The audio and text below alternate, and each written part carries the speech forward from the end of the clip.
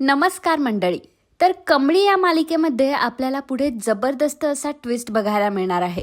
तर मित्रांनो, होणार असं आहे की कमळी तिच्या लुकने आता सगळ्यांना प्रभावित करणार आहे. तिचा तो लुक बघून आता अनिकाला सुद्धा भुरळ पडणार आहे आणि ऋषी तर आता कमळीच्या प्रेमातच पडणार आहे. तसंच जळकी अनामिका पुन्हा एकदा कमळीच्या विरोधात एक डाव रचणार आहे. आता हे सगळं कसं होतं आणि का होतं हे जर तुम्हाला जाणून घ्यायचं असेल तर हा व्हिडिओ तुम्हाला शेवटपर्यंत नक्कीच ऐकावा लागेल. तर मित्रांनो, होतं असं की कमळी आता फर्स्ट क्लासने पास झालेली असते. कामिनीच्या सांगण्यावरून प्रिन्सिपलचा पूर्ण प्लॅन असतो की कमळीला फेल करण्याचा. परंतु ऐनवेळी ऋषीने सगळ्या टीचर्सला एकत्र जमा करून कमळीचा पेपर तपासून घेतल्यामुळे आता प्रिन्सिपलच्या हातात काहीही उरलेलं नसतं आणि प्रिन्सिपलने आता कमळीला पास म्हणून घोषित केलेलं असतं, तेही फर्स्ट क्लासने. कमळी खूपच खुश असते. आता कमळीचं त्या कॉलेजमधलं स्थान कोणीही हिरावून घेणार नसतं. ऋषी सुद्धा खूप खुश असतो. आता जेव्हा ही बातमी कामिनी, रागिनी आणि अनिका यांच्या कानावर येते, त्या तिघींनाही खूप मोठा धक्का बसतो. त्या तिघीही बोलत असतात. अनिका म्हणत असते की मम्मा काहीच होऊ शकत नाही. प्रत्येक वेळी ती मुलगी आपल्याला भारी कशी काय ठरू शकते? माझे सगळे प्लॅन ती फ्लॉप करते. तिला एवढे मार्क्स कसे काय पडले? एवढे मार्क्स आणि तेही फक्त एका दिवसाच्या तयारीमध्ये, हे तर इम्पॉसिबल आहे.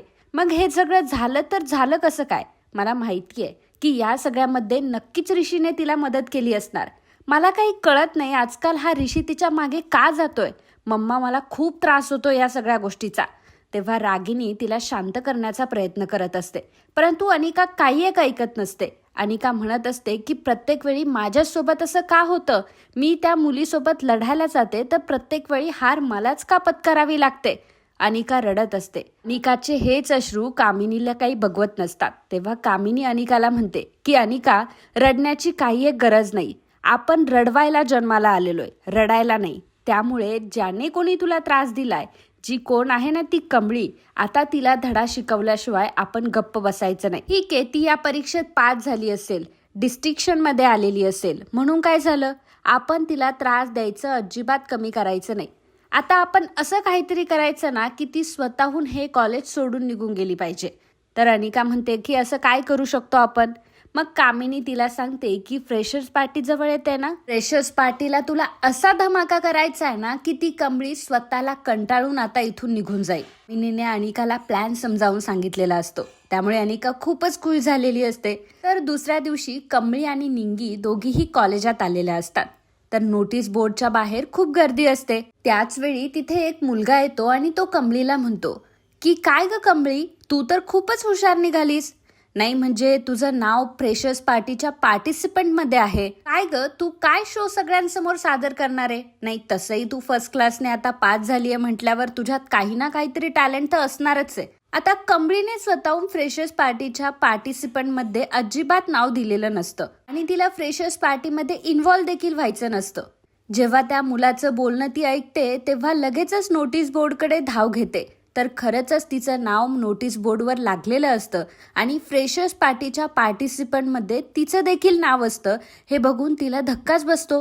तो मुलगा पुन्हा कमळीजवळ येतो आणि म्हणतो की कमळी, तू असं नव्हतं करायला पाहिजे.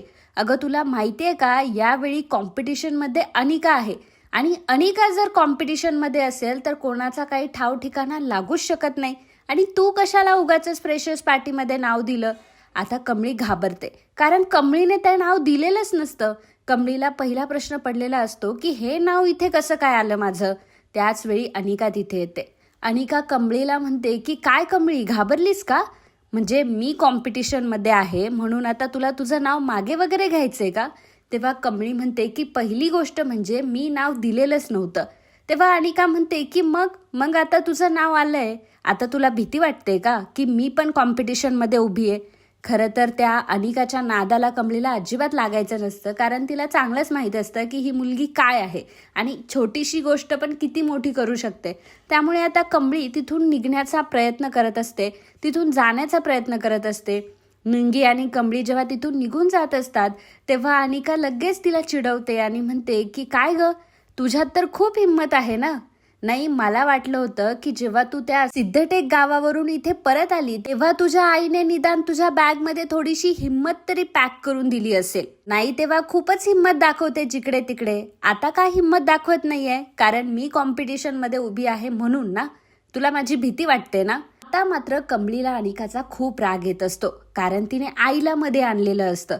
मग कमळी अनिकाला सांगते की माझ्या आईने तर मला खूप हिम्मत दिली आहे, सगळ्या गोष्टींवर मी मात देखील करू शकते एवढी हिम्मत दिली आहे. आणि माझ्या आईला माझ्या बॅग मध्ये हिम्मत पॅक करून द्यायची गरजच नाही, कारण लहानपणापासून तिने मला दुधातच हिम्मत मिसळून दिली आहे. आणि काय, विषय कॉम्पिटिशनचाच आहे ना? चल, मला कॉम्पिटिशन मान्य आहे आणि या कॉम्पिटिशनमध्ये मी माझे 100% देणारच.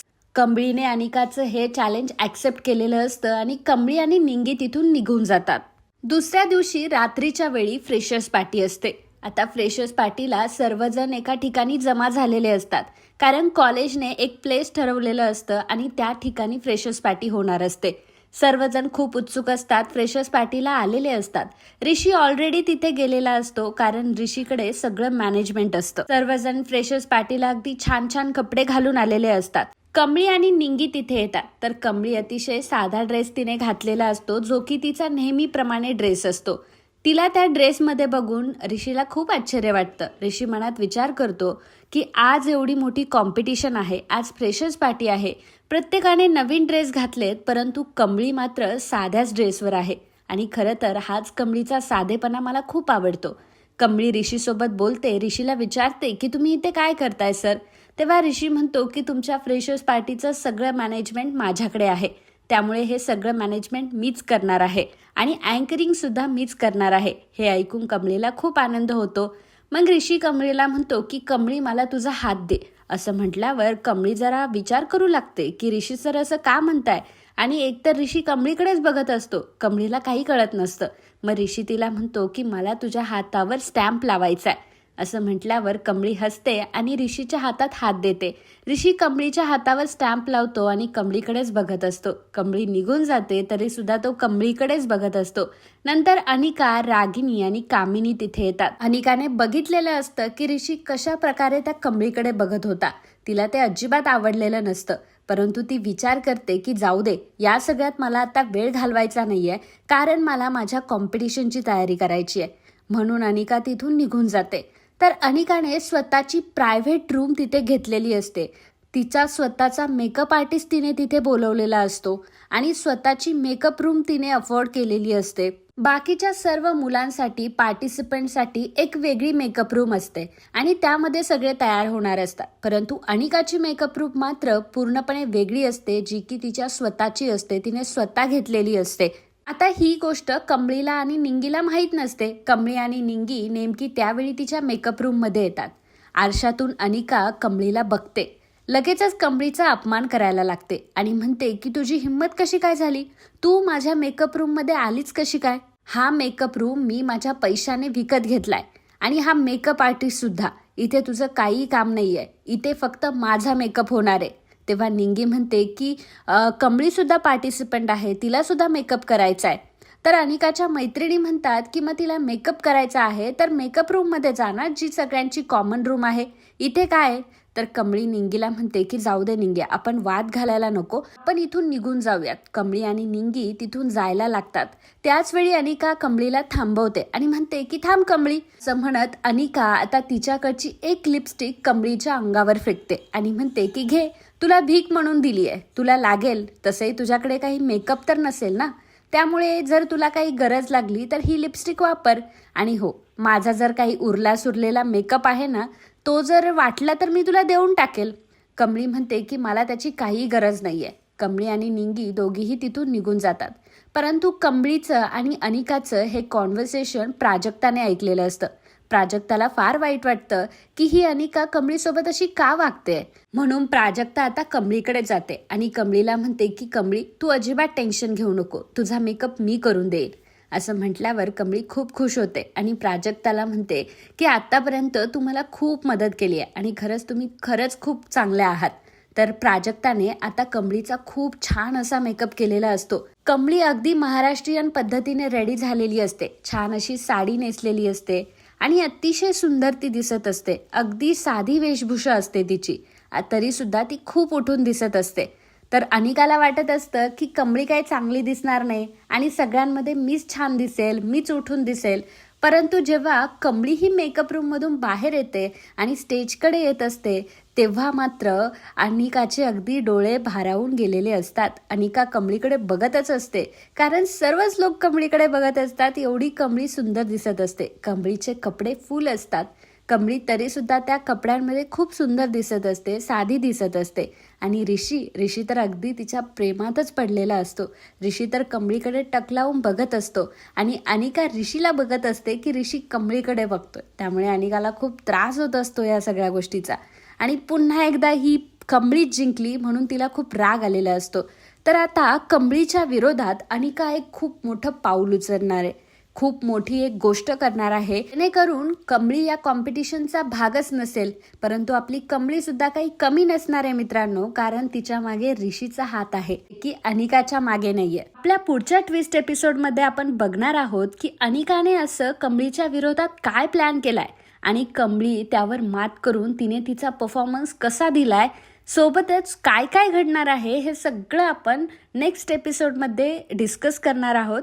तर मित्रांनो, तुम्हाला आधीच म्हणजे टीव्हीच्या आधीच पुढे काय घडणार आहे हे जर जाणून घ्यायचं असेल तर लगेच आपल्या चॅनलला सबस्क्राईब करा आणि बेल आयकॉनवर क्लिक करा, म्हणजे आम्ही जेव्हा कधी व्हिडिओ अपलोड करू तेव्हा तुम्हाला त्याचे नोटिफिकेशन्स मिळतील. धन्यवाद.